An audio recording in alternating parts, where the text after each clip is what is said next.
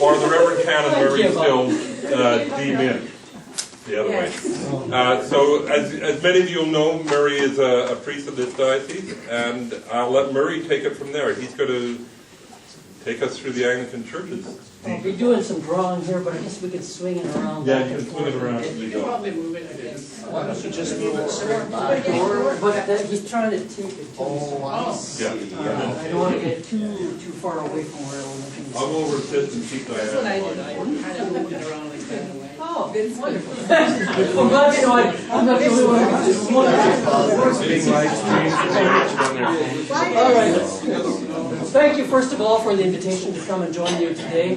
My original request for you to do for this class today was on the Hendry report, which will form a little piece of my conversation with you today, but not certainly all of it.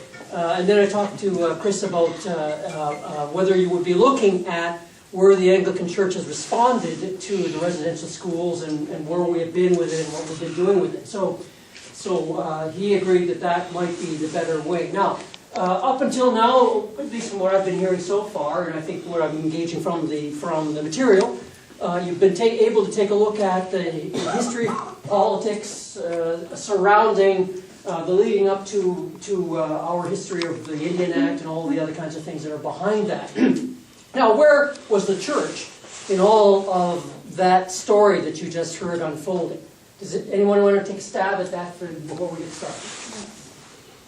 Where was the church sitting when all this history is unfolding? What statements are being made? Do you remember anything being said?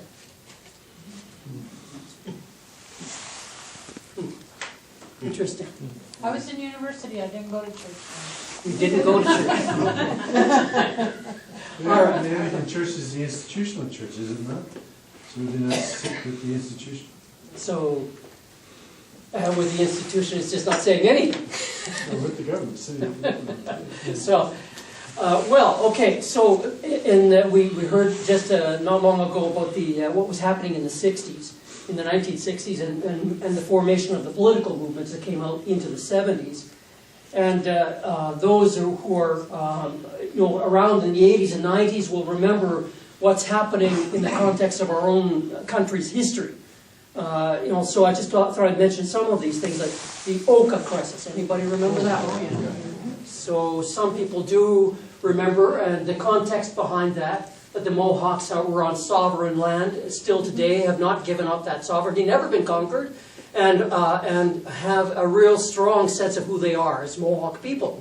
A maternal culture, Indigenous cultures, maternal, not paternal. So the leaders were women. You saw that on the news, in all the news stories. The ones who were actually negotiating on behalf of the Mohawks were the women. So they are the ones who are our leaders. They are the ones who are even in the political movements in this city today with the Indigenous. There's some 90 agencies. A lot of the leaders are women in those movements, even today. That was that Mohawk. There's also the Ipperwash. Anybody remember that one? Mm-hmm. That's Ontario. Anybody remember the details around Ipperwash? Something on sacred land? On a provincial park. On a provincial park.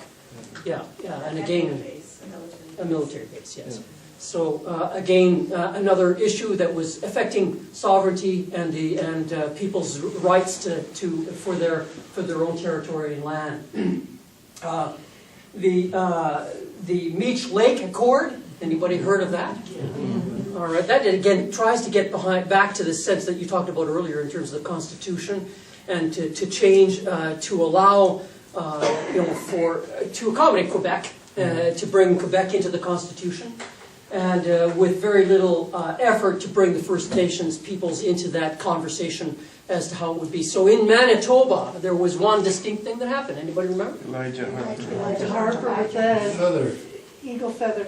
In the legislature, and saying no. And that killed the Meech Lake Accord.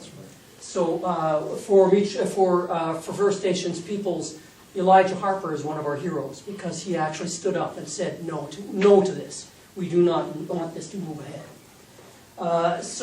The Royal Commission on Aboriginal Peoples, anybody heard of that one? Mm-hmm. Yep.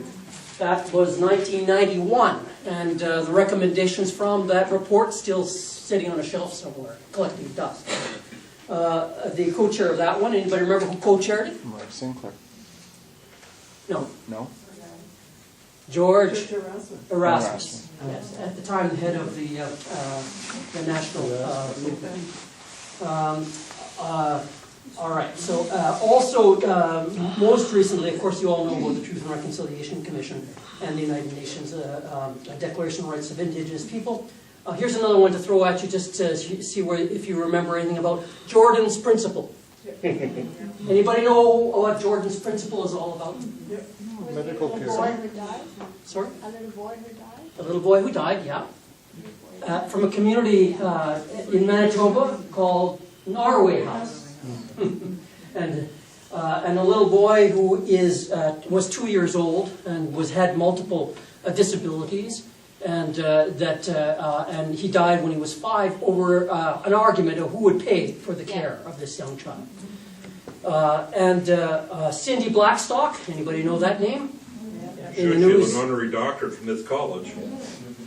And in the news quite a bit defending the rights of First Nations children. She is an activist and a member of the First Nations Child and Family Care Society of Canada. Another one of our heroes that are fighting for the rights of our children.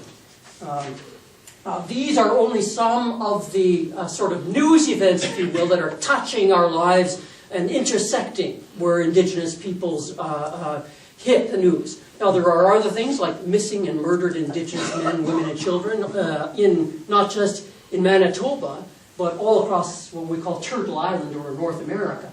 So we still have a long ways to go with that, and there is a commission that has been struck that's traveling across the country to get the stories of the missing and murdered Indigenous men, women, and children. So that hasn't completed yet, but the Truth and Reconciliation Commission did. And we had, as part of St. James, we had an Indigenous Awareness Month.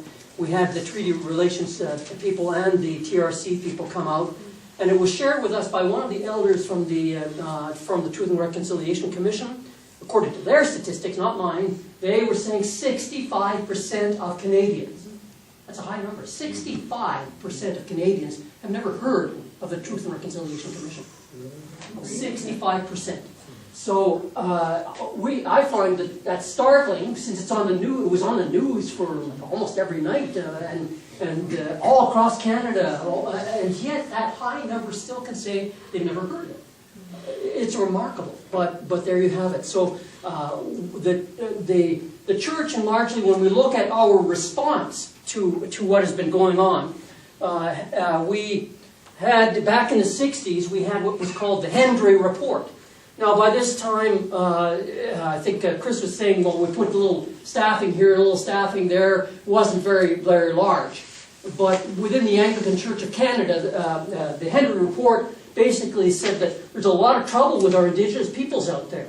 And we need to make things right, so we need to begin to open up relationships and begin to speak to Indigenous peoples and start making efforts to do what we can.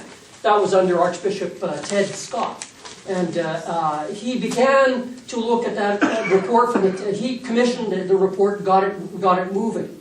The national churches, it wasn't called the Council of General Synod at that time. It was the National Executive Council of the Anglican Church of Canada. Thank you, Bishop. was responsible for eventually to say that we need to give an apology for what happened in the residential school, but we'll leave it up to the primate to make the decision as to when that will happen. More on that later. The Hendry Report then started the work, and we did, as a result of the Hendry Report, get a staff person, Ernest Willey. And Ernest Willey, in his report, simply said, well, I was kind of like the token Indian. I'd sit at a desk. I didn't even get asked any questions. You just kind of sit there at this nice desk, doing what? So they could say, well, they got an Indian person and staff person at the national level of our church. So thankfully, we've had Laverne Jacobs come into the Indian staffing offices. I called it Indian staff at that time, called it Native Ministries. I think at that point we were calling it the Native Ministries office. And under his time began with the help of the church to establish a council of people that would begin to work on a national gathering. And so it was under Private Michael Pearce that they began to look at this with seriousness as to how we do get to hear from Indigenous peoples.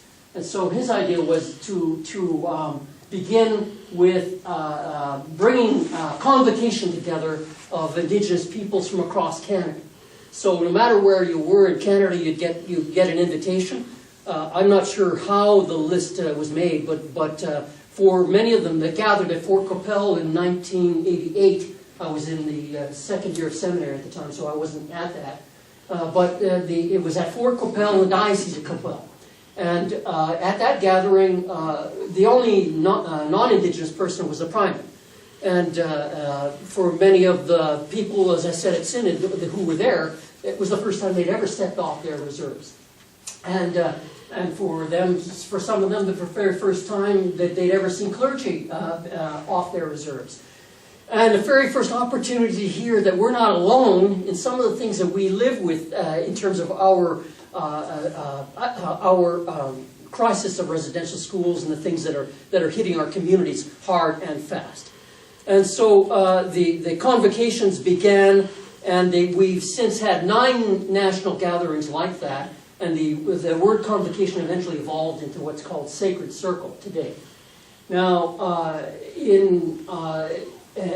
back in 25 years ago, next year, the members of the Indigenous members of the Anglican Church of Canada, who were in any kind of committee, were asked to come to Winnipeg to St. Benedict's.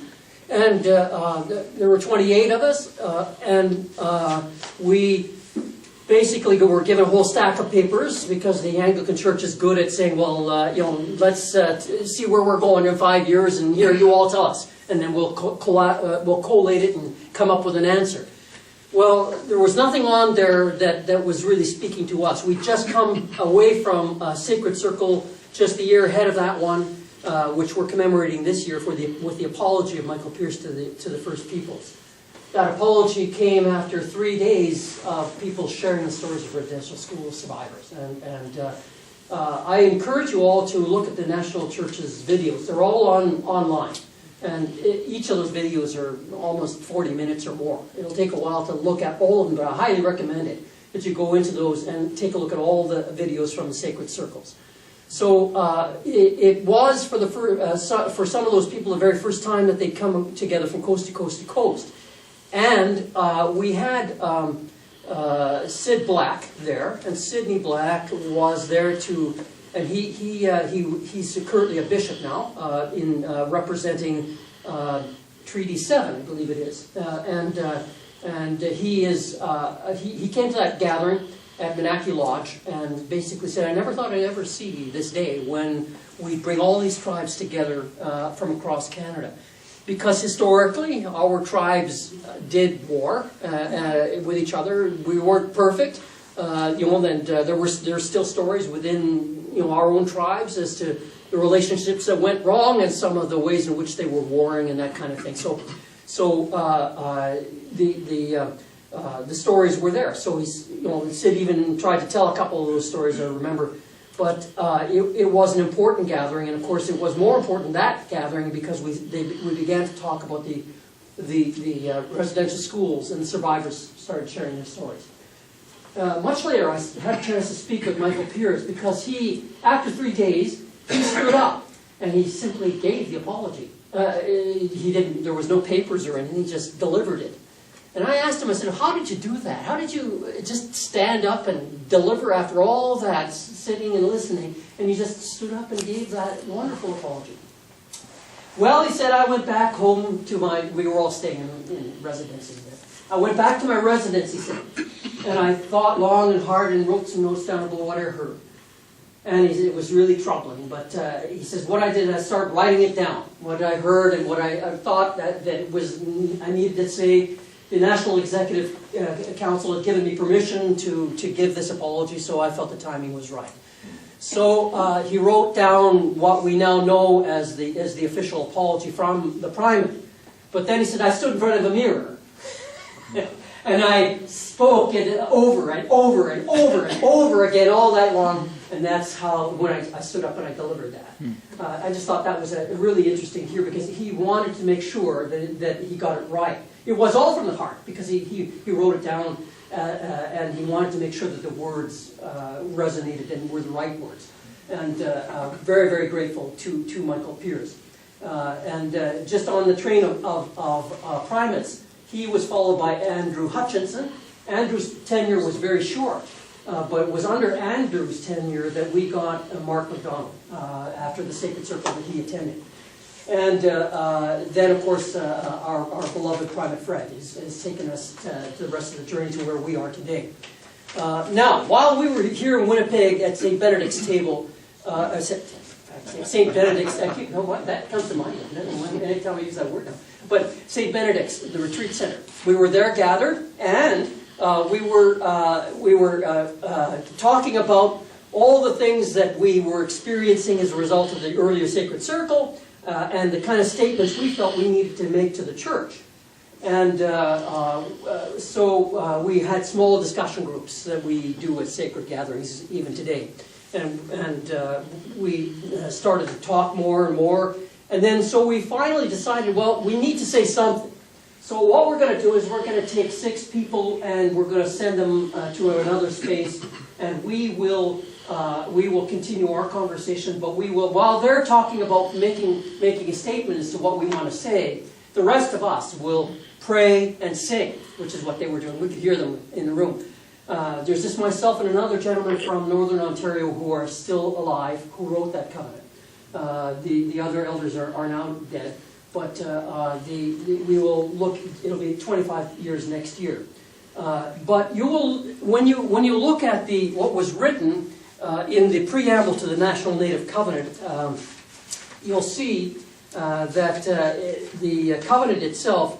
We had, when we were upstairs chatting about all of that, we had a lot of sort of things that we were hearing that we needed to say, and we talked about some other things, and we came up with these words after much deliberation in the upstairs room.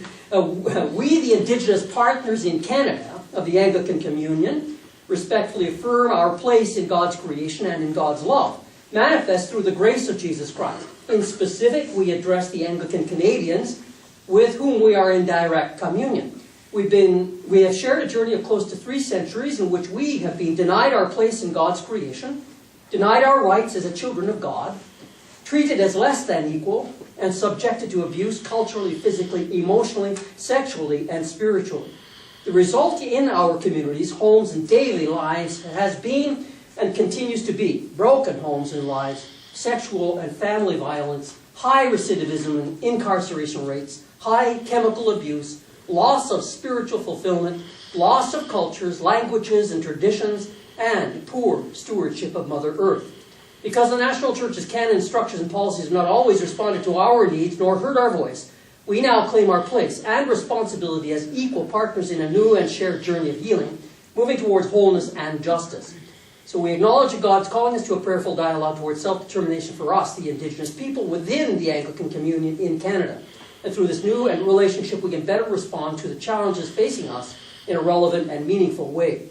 As a faithful people of God, guided by the Holy Spirit, we invite you, the Anglican Communion of Canada, to covenant with us, the Indigenous Anglicans of Canada, in our vision of a new and enriched journey. So, that is, in a nutshell, what led to the National Native Covenant. And the National Native Covenant is the foundational document basically that's been taking us the rest of the journey through the Sacred Circle. Now, as part of these conversations, I'd like to just kind of show you give you a little bit of an idea of what we were talking about when we were in Winnipeg. One of our elders, whom Bishop Don will know, is is a fellow by the name of Arthur Anderson, and a very well-beloved elder in the Diocese of Coppell. And Elder Arthur is still our elder for the national movement. He can't make all the meetings anymore, but he's still our beloved brother. And he and Mervyn Wolfleg, who is now dead, Mervyn was a deacon at the time, and he was a member of the Siksika First Nation. And between Mervyn and Arthur, they came up with they came up with these two this diagram. Now, so.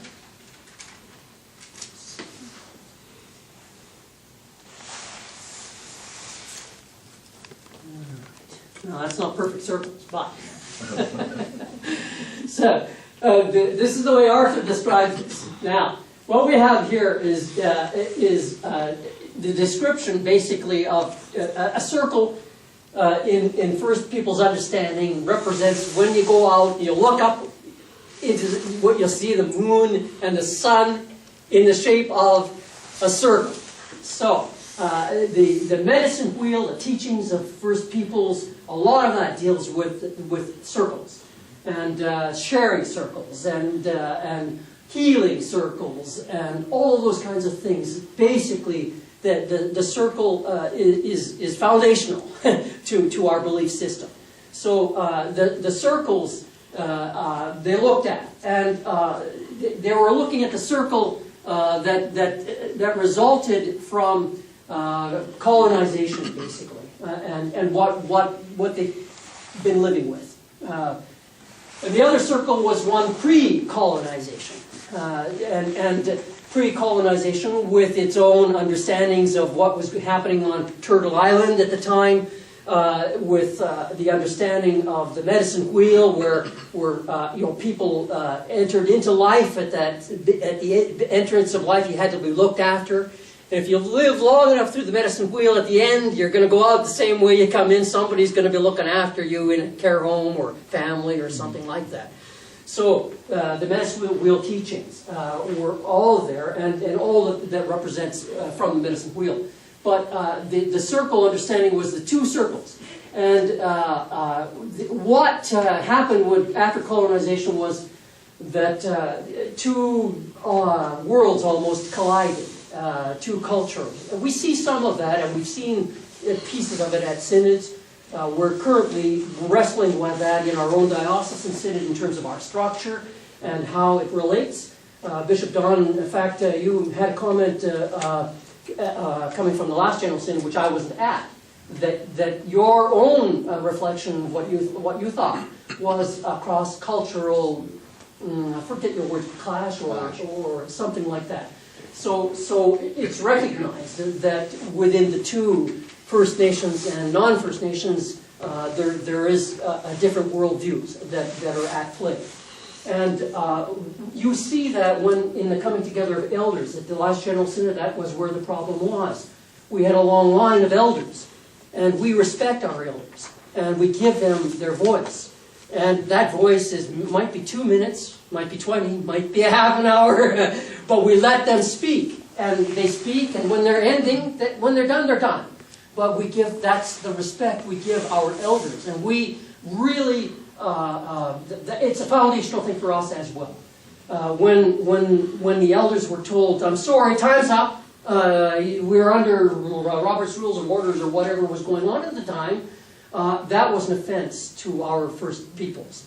But you saw that clash happen. I wasn't there. I think Vincent was there, but it was not a happy moment, to put it that way. And it came from this misunderstanding of our two worldviews and the way in which we have lived our lives in terms of the culture. So. These two were clashing when they came together. Now, we were working on healing issues. We'd been to the Sacred Circle. We knew that the residential schools were going to be causing pain and suffering and difficulty. We also knew that what we were saying to the church by way of the covenant is that what our road forward is one of healing, but it's a road forward by way of maturity in Christ. as people who share the baptism, with all of our baptisms are shared. We walk together in unity and in maturity in Christ. Growing into Christ means that we will walk with each other in equal partnership, but recognizing that that means that we're starting somewhere. We're starting with an understanding that there are two different worldviews and that they need to kind of come together. So having seen that, what we wanted to do was to have those two come together eventually. So if the two coming together would result in one final circle where we are equals in the same environment. That's what we're trying to do, right? That's what the vision of that gathering in Winnipeg was all about. You can understand that these two were clashing. We wanted one. We were separate, but we wanted to get this one circle idea happen. It wasn't happening. That was our vision. That is still a vision of Indigenous peoples. We want to live in harmony. And as you know, the First Peoples welcomed the newcomers to Turtle Island, and the treaties were built on that friendship. Not long ago, last year I think it was, we had 200-year celebration of the treaty between Peguis, Chief Peguis, and Lord Sullivan. And that was a treaty that's not one of the number treaties. It was 200 years last year. And that treaty was designed based on this understanding that we come together in friendship, and we come together in partnership. We work together as friends. And as friends, we will look after one another. We'll help one another. And we'll extend our arm of partnership to each other. And we'll come together in that partnership. So that's the essence of treaties when the treaties were. That's what our understanding of treaties. And of course, when you read the treaties, you'll see the words that basically say, as long as the rivers shall flow and the grass shall grow and the sun shall shine, words to that effect, this treaty relationship will be in effect. Okay, so that's where we wanted to go with one circle. And we didn't end up there. And so with our covenant, I didn't show you all the circles over there. Are you okay? We're okay. We were just commenting on what happens when you go backwards. Get Vincent to draw you a diagram. All right. So, what sense was happening is a movement. The two were moving together. That's what essentially was going on with the church as it tried to move together closer. And the idea, as I pointed out before, was the two would come together so we would have the one circle, right? The two would move together closely. Unfortunately, we're still trying to reach that. So,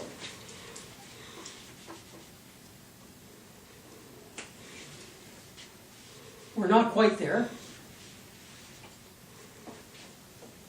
See where we arrived at? Down here.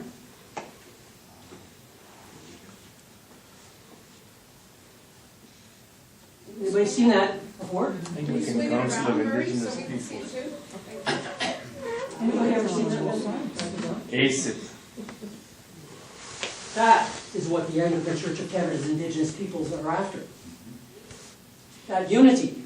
Brothers and sisters together as one, working proudly together, restoring each other's language, restoring the language, the culture, the spirituality, those losses from residential schools, those things that we talked about prior to the covenant, that the recidivism, the people in our prisons, the young children and girls getting lost and stolen and murdered, the inequalities in our between our two cultures, and the clash that's still there of the two cultures that are not quite together yet. When we come together as church within the Anglican Church of Canada, meetings, the Diocese of Rupert's Land, we are trying to say that within this structure, hopefully we can do the same as our national church has done. Our national church, in working with the system here and our sacred circles, has done a lot of work over 25 years. And so over the course of our 25 years since the covenant, which is next year, which we will come together and celebrate, in that time, we had a sacred circle under Andrew Hutchinson. And at that sacred circle in Pinawa, Bishop Don was with us for that circle. And it was a very interesting gathering because we had again coming together with our struggle as to where we were going to go. We knew we wanted a national bishop. We had our elders that began the conversations around that. They wanted this. In northern Manitoba, for at least 30 or more years, they've been talking about how they might have an Indigenous bishop there, which we now have in Isaiah Larry Beardy. These visions of our elders are now beginning, the dreams of the elders are beginning to come to fruition. But at that sacred gathering in Pinawa, Elder George Campbell was asked Sylvia James to go around and to find elders and take them all into a separate place in a room in the Wilderness Edge, which they did. And I think there might have been about 40, maybe 45 or so, I can't remember. And the bishop may or may not have been a part of that, I can't remember. Well, any Indigenous bishops would have been. But. Yeah. Now, there were 9 bishops present at that gathering, including Bishop Don. This is a side story. I just wanted to share with you. There were 9. We like stories. There were 9 bishops in attendance, and Brenda and I were just ahead of that. It was the summer, just at that. We were on holiday, and we were at the park. Where is that? Just around Verdun area. Just not far from here. And somewhere, and there's a desert sands there. That's where we were.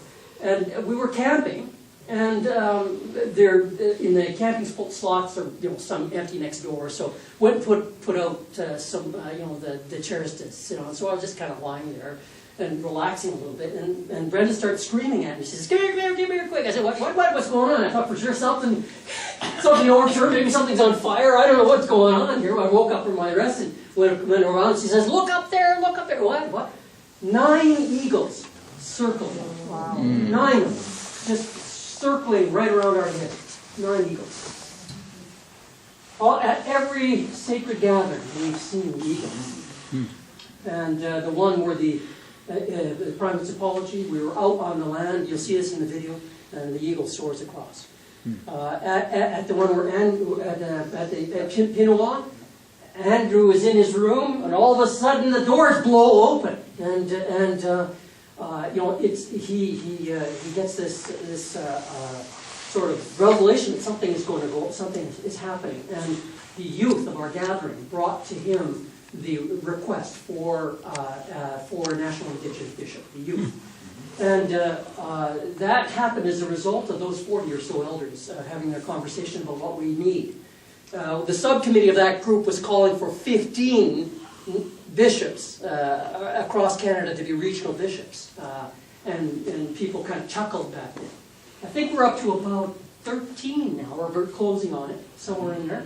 So that dream of 15 bishops is happening, so the idea of these bishops being in place. But the first one was our national Indigenous Anglican Bishop, Mark MacDonald, and Mark came on board a year later because Andrew said, "I promise that I will take this back, and we will go from there, and we will do our best to make sure that your requests are honored." So we do have now the National Indigenous Anglican Bishop. So we started with the NIAB, the National Indigenous Anglican Bishop, and then from the NIAB, without going into all the details that led to all of these things, they're also very important, but from the NIAB, we then had to talk about governance and what governance would mean to us. Because self-determination is the ability to govern yourself, to be able to make decisions that make sense to you, so that you can live your life appropriately. So the self-determination involves self-governing decisions. So we had sacred circles to talk about governance. And out of the governance conversations, and of course in the midst of all this is General Synod, because sacred circles are usually held a year before General Synod, and then those decisions come to the Church's General Synod, and then the decisions are made there, and that leads to where we go with it. So we had the governance question, which then led to what's today known as Canon 22.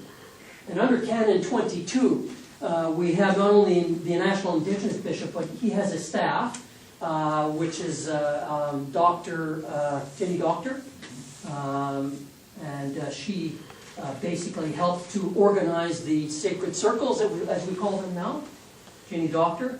And of course her staff, under her, they work along with her to plan the sacred circles. We also have under the Canon 22, we have what's called Sacred Circle that I've been speaking about. Sacred Circle. And then also underneath of that, we have what's called ACIP, which is the Anglican Council of Indigenous People.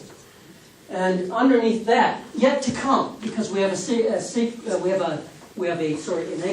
Council of Indigenous People meeting this coming summer, this coming November, this coming November, to plan for the next gathering, and that one will be looking at what's called a fifth Anglican province. You all know what a province is in the Anglican Church of Canada.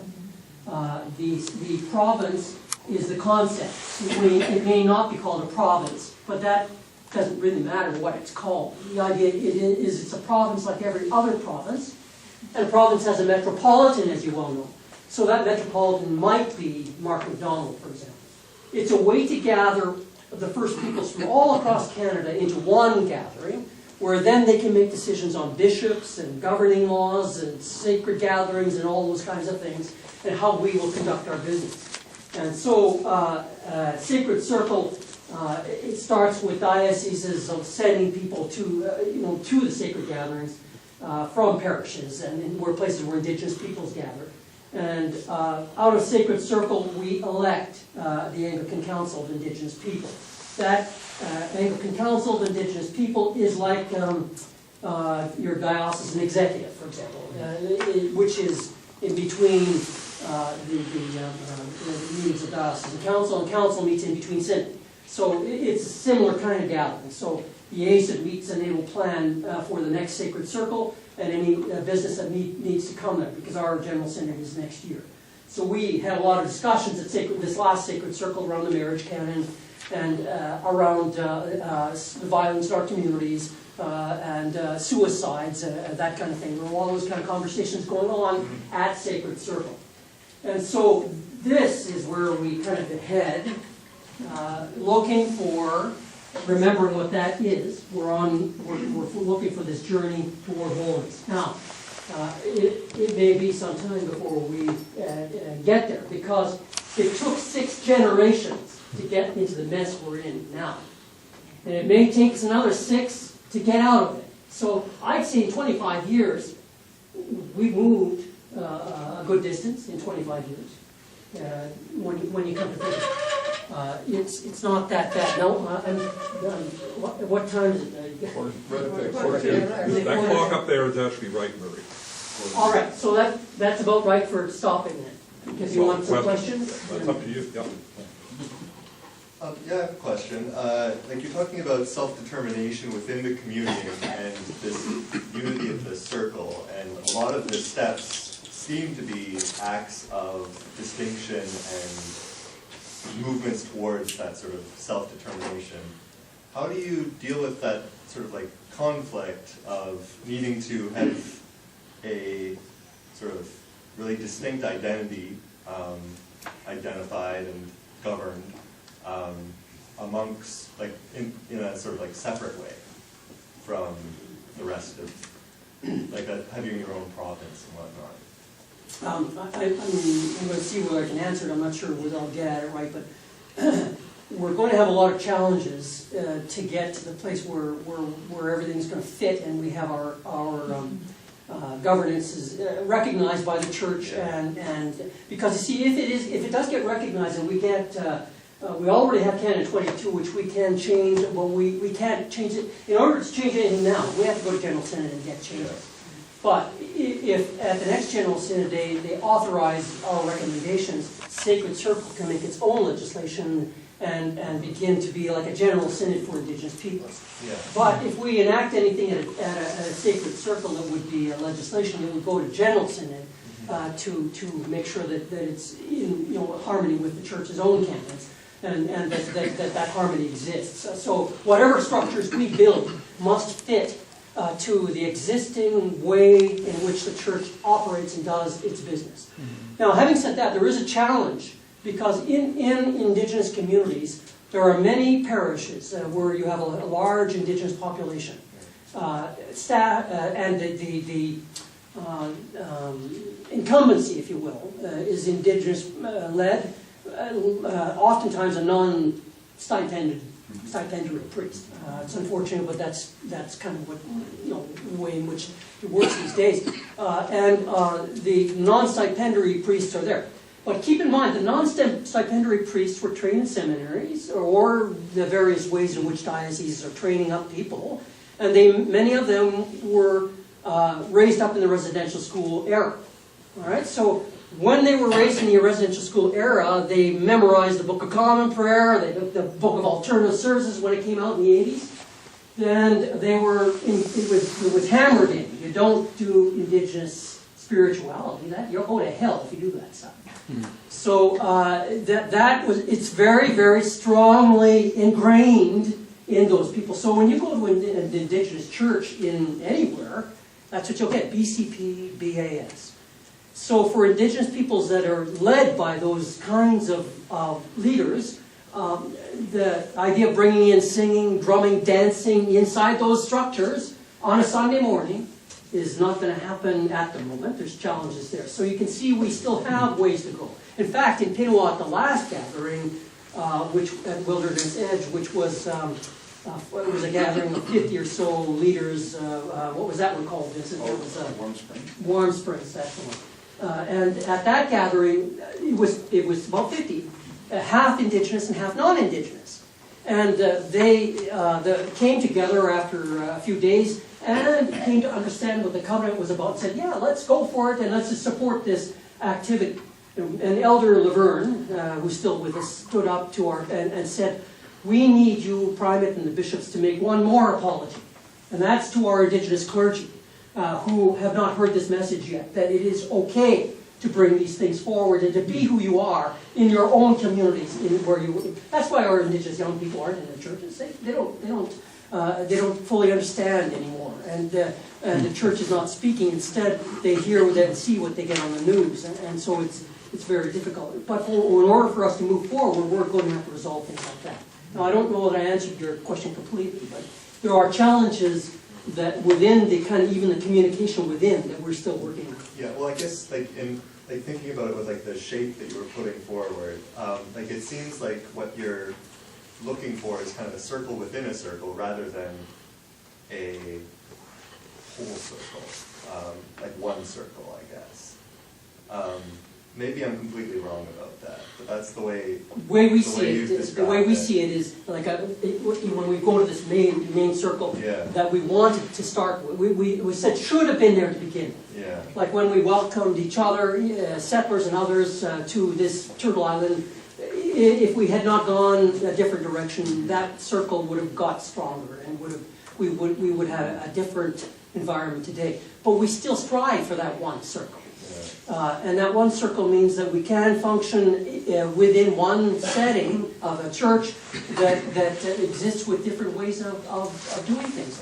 There are, it's not the same, but I mean within our liturgies we have high, low, Protestant, this, different expressions of the Anglican Church within our own communities. And this is a different expression of the way in which we do church in Indigenous communities. Okay. Other questions?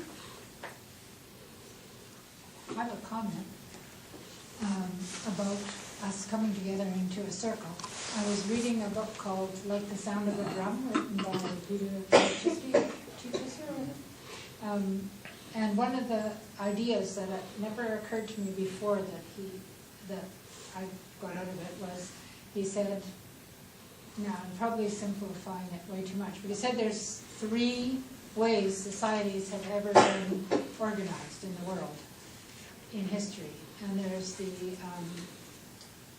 our current capitalist system. There's the tributary system, where there was people who owned the land and people who were tenants and paid tribute to the landowner. And there's hunter-gatherer. And he said in the capitalist system and the tributary system, wealth is material, and the system is designed for wealth to flow into the hands of the few from the many. And there's been people enact corrections occasionally. In a hunter-gatherer society, material wealth just slows you down because you're moving. And so wealth is in your relationships. And it seemed to me that all I've gotten to know about Indigenous culture is that it comes out of that understanding of your wealth is in your relationships. I kind of think that's what Jesus was telling us in the Gospels as well, but I don't think that's where the rest of Canada is. And it seems to me it's a long journey. A long journey. Thank you for the comment, Mary. I've also heard it said that if we get this right, it could change our nation. Because the Anglican Church is basically a reflection of its nation, the nation around us. I mean, so if we get this right, we may right the ship and be on the right pathway. Because as Christians, we need to work together. As Anglicans, we have a statement to make to the wider world around us. And I think that we have opportunity at our doorstep. I think, and that's 3 years ago I was in New Zealand for the Healing Our Spirit Worldwide Conference. Exciting to hear how many doctors, lawyers, social workers, people of all different upbringings are at these gatherings who are Indigenous from around the world. And they all are sharing their stories of colonization. Even places like England, Ireland, Scotland, the Celtic people having their own spirituality, very, very much like ours, and that's prior to all of this. So, and those values were somewhat the same. It's kind of like, and it's all I've also heard it's a very egalitarian type of society. So you have the individual in that system, but it's the individual cares for the community around it, and they're as a family, like our own nuclear family.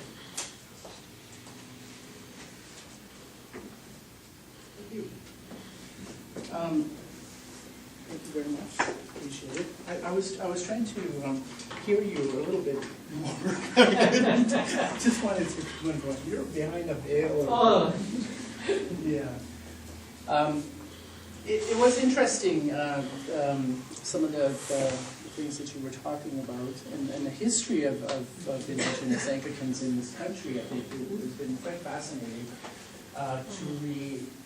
to hear all the time. When I was here in this seminary, at the time in 19, how long ago that was, over 30 years ago, I think, there was absolutely no history taught about Indigenous Anglicans. There was no history from where the Anglican Church of Canada began, or the Church of England in Canada at the time, to that time. And I don't know if there is actually any course out there within Anglicandom, if that's what we want to call it, that does have that component, right?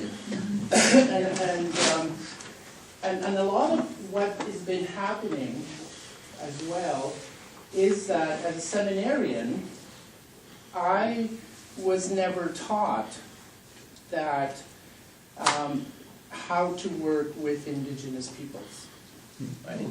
I was taught how to work with non-Indigenous peoples. And that's where I came from, and if I was going to be sent up north, that would have been my teachings, right? And so, therefore, to have, this that balance that Murray was talking about with the circle, it certainly would have looked like this, right?